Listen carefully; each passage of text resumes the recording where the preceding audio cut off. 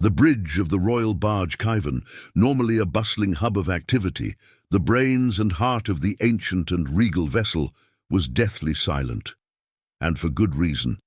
The emperor himself stood at the podium of command. And he was not in a good mood.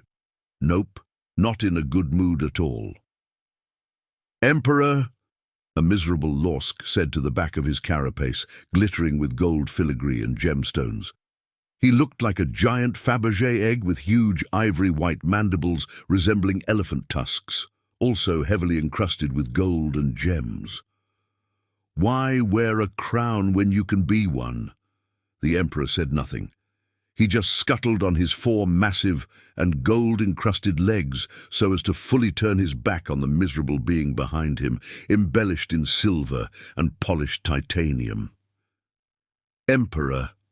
Silence. "Father, please." The emperor heaved his rhinoceros-sized bulk in the equivalent of a sigh. He couldn't bear to look at his firstborn, the crown prince of the Lurks Empire. And a fucking idiot. He couldn't even look at his son without being overwhelmed by anger, grief, and guilt. "Do you have any idea what you have done?" he finally said, his back still turned. "I still stand by my actions," his son exclaimed, his mandibles twitching in righteous anger. "Your actions? Your actions?" the emperor shouted, finally scuttling around to face his son, enraged. "Your actions were those of an entitled fool." "Father," the crown prince exclaimed, "there are commoners? Is that what we would call these noble servants of the empire?" He heaved a sigh once more. "We do like to maintain an air of perfection to our subjects," the emperor said. "But you have ruined that already. I merely give voice to what everyone present is thinking, and what they are thinking is that you are a moron." "It was an attack on our sovereignty," the crown prince screeched in reply. "We had to. An attack on our sovereignty should be dealt with by the sovereign." The emperor screeched angrily in reply. "Are you the sovereign?" The crown prince closed his mandibles and looked downward. "And you never will be. Father, you are unfit to rule, to guide, to protect, to bear the burden imposed by the will of the divine. No, you are the crown prince no longer. That falls to your sister now. You can't. I am the... You are the greatest fool in 100 generations." The emperor, his father, screeched with a snap of his mandibles, marring the delicate filigree. "You are wrong," the crown prince shouted, causing everyone to gasp in shock. "Am I?" the emperor replied with a sneering flex of his mandibles. "Tell me, O great sage, O blessed prophet, are you aware of the dominion of 1,000 suns?" "Yes." "What are they called now?" "The Ka system. And the undying queen of the blood nebula." "Dead," the prince replied quietly. "And the dread pirates of the unending void? In jail? And last but certainly not least, the mad gods of the void? On medication," his son said miserably. "And, O great admiral, exactly how were those medications applied?" "Fath, Emperor, into which orifice were they inserted?" That's right. You just picked a fight with the only species in the galaxy to develop an FTL suppository. But they dared to lay claim to our territory. What was I supposed to...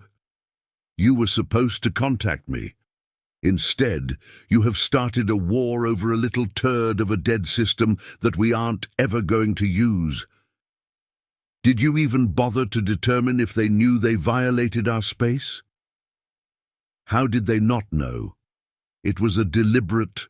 Are you so dim that you think there is some magic registry where every single void-damned species has their territory neatly recorded, and that record is considered sacred and inviolate? The Emperor raged. It is entirely possible they didn't know, and they now believe that we attacked civilians without warning and unprovoked. Thank the now quite reasonable and well-adjusted gods of the void that they had not completed the colony, that there were none of their brood present. They were not civilians, Father. There was one light system patrol craft for anti-piracy and search and rescue.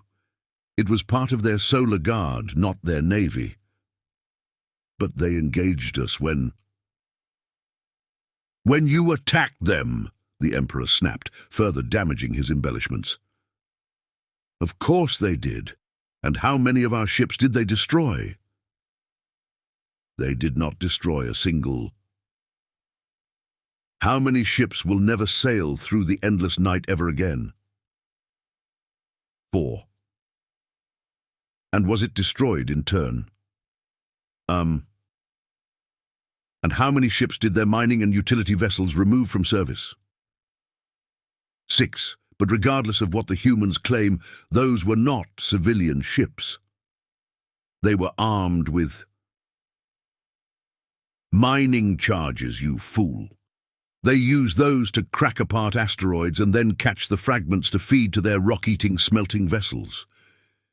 You do remember that vessel, don't you?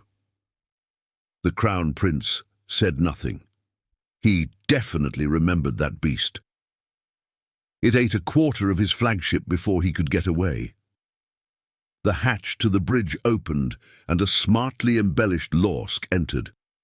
"Excuse me, Emperor," she said. "The test you ordered has been completed." "And? Emperor? Out with it." "Yes, Emperor. Crown Prince Clevan is indeed your progeny." "Drat. Father, you dare to doubt my mother's." With a wicked snap, the Emperor's mandibles snapped open as he heaved his massive bulk, sending his son, and no small amount of gold and jewels, flying across the bridge. "Keep my wife's name out of your fucking mouth," the Emperor roared. "How dare you insult the Empress's honor? I would kill you where you stand if it were not for—" The Emperor fell silent. "Then why did you order a paternity test?" the prince demanded, as he, shell-cracked and bleeding, picked himself off the deck. "To see if some traitor had not stolen my true heir and replaced it with their idiotic spawn." The Emperor snapped, gold hanging from his mandibles in ragged pieces and gemstones falling to the deck. "But no, you are of the royal line. Mellow gods take us all." "Switched? That happened 12,000 years ago," the Emperor shouted. "Had you actually paid attention to those tutors I assigned, you would know. 12,000 years ago in a 67,000-year civilization imperiled by your foolishness. You aren't saying that our great armada will be defeated by the humans. Fearsome as they are, they can't possibly—" "Of course I'm not saying that, idiot. Should it come to that, we will wage such a war that the galaxy will quake. We will give battle, and we will prevail," the Emperor proclaimed with the confidence he wished he felt. "But it would be ugly, and the humans, they made suppositories the size of battleships. Kind gods of the void only know what they would make for our embellished backsides. Whatever it wasn't going to be good. Those fuckers were nasty. But my former crown prince," the Emperor continued, "win or lose billions of our subjects, remember them? Those people who have been entrusted into our care, billions will die, and our empire, win or lose, it will be severely weakened. The humans aren't the only fiends in the void. We become weak, and they will come. The humans won't be the only war we will fight because of your idiocy. After the humans, the Korra, a real enemy, will come once again. After them, the Bersa. Then we will start to see uprisings, likely empowered by Void knows who." The no longer crown prince looked at his father in horror. "And all of it is thanks to you," the Emperor hissed. "However, we will survive, we will endure, just so we can curse your name for eternity." "Emperor," the captain of the vessel snapped with military precision, "we have arrived." "Are they here?" "Yes, Emperor." "What abomination awaits us?" "The Zelensky," Emperor. How greatly we are honored, the Emperor chuckled. I wish to see it. Yes, Emperor, the captain snapped. Activate the main projector. A hologram of an ancient Ganymede-class battleship appeared. Look at that magnificent beast, the Emperor exclaimed. Love them or hate them, whether they be friend or foe, one has to concede they know how to build them. Imagine being able to get so close. The Emperor cast the captain a sidelong glance from one of his large chitin-covered eyes. You're scanning it, correct? Passive only, as per your command. We are getting volumes. How about the armor? Anything? That can't be right. He turned to his sensor operator. Is your equipment working properly? Yes, Captain. Well, don't keep me in suspense, Captain. The armor, at least the outermost layer, is water. The royal fuck? It is a mix of water ice and some sort of polysaccharide fiber. Polysaccharides? Chains of glucose. Mostly. Their armor is made of frozen wood? Yes, Emperor. Humans. The Emperor chuckled. He turned to the Lurks, who delivered the paternity test results. Assume. Make the same substance and run some tests on it. Humans are weird as fuck, but their weirdness is usually not without purpose. Usually. Yes, Emperor. Emperor, we are being hailed. Put them through. The Emperor struggled to maintain his composure as the image of the battleship was replaced by a horrific mix of flesh and metal. Half of the creature's face was replaced with metal and plastic, and one eye was clearly artificial, as was at least one appendage. What remained of the being's flesh looked as if it had been torn apart and hastily put together again. Which is exactly what happened. I am Emperor Ulk Van of the Lurks, the Emperor proclaimed. I am President Logan of the Human Union, President Logan replied. First of all, nice ship. You guys elevate Gordy to transcendent levels. It's the essence of ATGE. ATG? The Emperor asked, confused. He wasn't sure if the translators got that right. It is one of our acronyms. It means awful taste, great execution. Bold words from someone in a ship made of sawdust. It is magnificent sawdust, but were you out of iron? If so, we can send you some. It isn't expensive. President Logan laughed and then paused. I like you. Pity it is under such circumstances.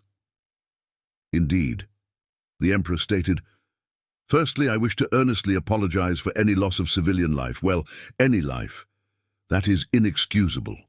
I understand you place great value upon your civilians. His son started to speak, but thought the better of it. He was stupid, but not that stupid. We do. However, these were contractors. They knew the risks. Contractors? Independent businesses or individuals who, in this case, agreed to undertake a difficult task in a hazardous environment. They willingly risked their lives for truly astronomical amounts of money. Ah, a Les Carroll, a technical mercenary. Pretty much, President Logan replied. While we are definitely not happy, it isn't the same as attacking an established colony. They were civilians, but in name only. President Logan paused for a moment. And I suppose we need to apologize for not contacting all neighboring civilizations, even ones that were considerably distant. The Human Union views this as an unfortunate incident, not a declaration of war. So, the Emperor said, we're good, provided our terms are met. The Emperor bobbed up and down in a nod. All human prisoners and any captured equipment and the one mining vessel we disabled will be returned, along with appropriate compensation for any damage or loss of life. He sighed a pained sigh. and we will hand over the individual responsible for the attack." "Father, no! The price of peace is sometimes costly, my son. I can lose one Lorsk, or I can lose 1 billion. I am truly sorry. Idiot you may be, you are my idiot, and I do love you. But I love the Lorsk Empire more. Forgive me." As his son wailed as he was dragged away, the Emperor turned to the President. What will happen to him?" "He will face our justice," the President replied. "If his actions were not an official act of the Lorsk, then he is guilty. I mean, he stands accused of piracy and murder. He will be tried and, if convicted, face the same sentence as a human who committed those acts. We haven't had the death penalty for quite some time, so he will be imprisoned, likely for life. He is to receive no special treatment. Honor demands it." "He won't," President Logan said firmly. The Emperor looked away as he gathered himself. Is it possible to send him gifts or otherwise aid him? I know in our prisons the families can... The President smiled gently, or he probably did. His face is fucked up. War will do that to you. You can, after a fashion. There is an account that you can deposit funds into. They will be available to him to purchase items approved by our prison system. Can I visit him? Of course. And that's why they call me Your Majesty. A battered and muscular Lorsk laughed as he reclined on the bare concrete floor. So you really are royalty. A tattooed, muscular and wicked-looking woman in the quilted undergarment that served as the base layer of the protective armor needed outside on the hellish dirtball they were on this year. She pressed a nail gun against the Lorsk's shell and fired another nail into his thick carapace. Part of an intricate design with both Lorsk and human characters. When polished with a buffing wheel, it would look quite nice. And it was determined that a lifetime of labor building the exact thing I destroyed would be what you humans call poetic, and what I call you all being assholes once again. The human laughed and drove in another nail. Sucks to be you, the woman snickered. It's strange, the former prince said as another nail was driven home. I am actually happier here than I ever was as a prince. Bullshit. As a prince, I was in many ways more constrained. Honor, duty, impossible standards to meet. A brilliant father and sister against whom I always fell short. Because I am a moron. You don't have to tell me. Fuck you. The former prince, now called Your Majesty or just Madge among his many friends. What you call prison, I call freedom. You been drinking paint stripper again? The woman asked. I still can't believe it doesn't kill you. I especially enjoy the stuff in the red bottle, Madge said. But think about it. The man don't hassle us down here. No way they are setting one foot on this shit heap until we are done. They just drop off supplies and fuck off. You trustees run the show, and you guys aren't that bad as long as I pull my load. Well, except for Donald. He was an asshole. Yeah, the woman said as she pulled out some bronze brazing wire and a hammer. Pity what happened to him. A real shame. Truly tragic, Madge snickered. But you know what they say, snitches get run over by an earth mover. Ha, the woman said. Now, hold still. Epilogue. Sister, Madge exclaimed beside himself with joy, as he jumped out of the shuttle at an orbital platform, orbiting yet another toxic world. His sister gasped when she saw her brother, or what was supposed to be her brother. What rushed to embrace her was scarcely recognizable. His carapace was deformed, warped by the bulging muscles underneath, crazed with cracks, and decorated with strange barbaric runes, mostly in some unknown script, assumedly human. The ones she could read. She wished she couldn't. One of his arms was missing, replaced by a ghoulish undead contrivance of metal and plastic. He looked like something right out of the history books, or one of those silly holovids. Except this wasn't makeup. "Clevan?" she asked as the strange and monstrous thing grabbed her. "I haven't heard that name in decades," he said. "I'm Madge now." He paused. I'm sorry about Dad." "Dad?" "Sorry," Madge said. "It means father. I hope his passing was as peaceful as his reign," he said, trying to adopt the way of speaking that had been abandoned long ago. "It was," his sister the Empress said. "He thought of you often and spoke highly of your adventures, though they could scarcely be believed. In fact, I thought that you were embellishing your accomplishments as you once did." She looked at her brother again in pure disbelief. "Until now." "I treasured each and every missive," Madge said. "Oh, they mattered more than you can ever know. Oh, I managed to watch your coronation. Little Miss Prissy Pants cut quite the regal figure." Prissy Pants. "I'm proud of you, you know, what you have accomplished already. I'm glad you are finally normalizing relations with these humans. They are fuck. They are difficult, to say the least, but they are great people once you get to know them. That is partly why I am here," the Empress said. "In addition to meeting with President Rodriguez to formalize the treaty, I came to see you." "Oh, that is so nice. It's great to see you, sis. I mean, Empress," he said happily. "I'll be direct," the Empress said. "We are establishing an embassy on Earth, and we need an ambassador, someone familiar with the humans and their cust." "I'll stop you right there, sis," Madge said. "No. But I will have your sentence commuted. You will be free."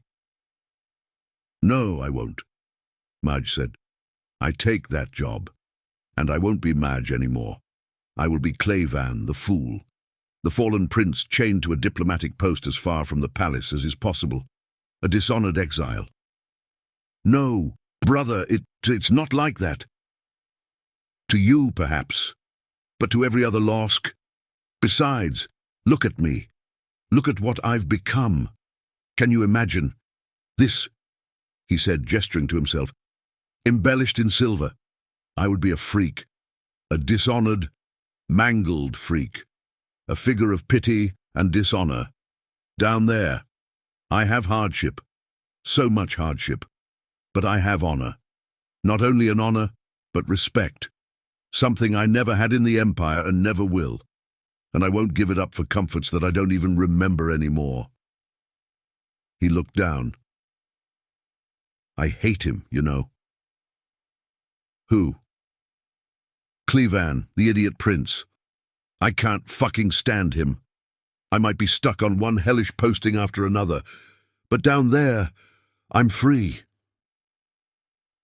I'm free of him, free from the Empire, free from everything. Besides, it's not that bad down there once you get used to it. I'm a heavy equipment operator now. Here, look. Here's a hollow of my rig. Isn't it magnificent? Look at how big it is." The Empress, completely stunned, looked numbly at what was, in all honesty, a magnificent machine. The humans really could build them.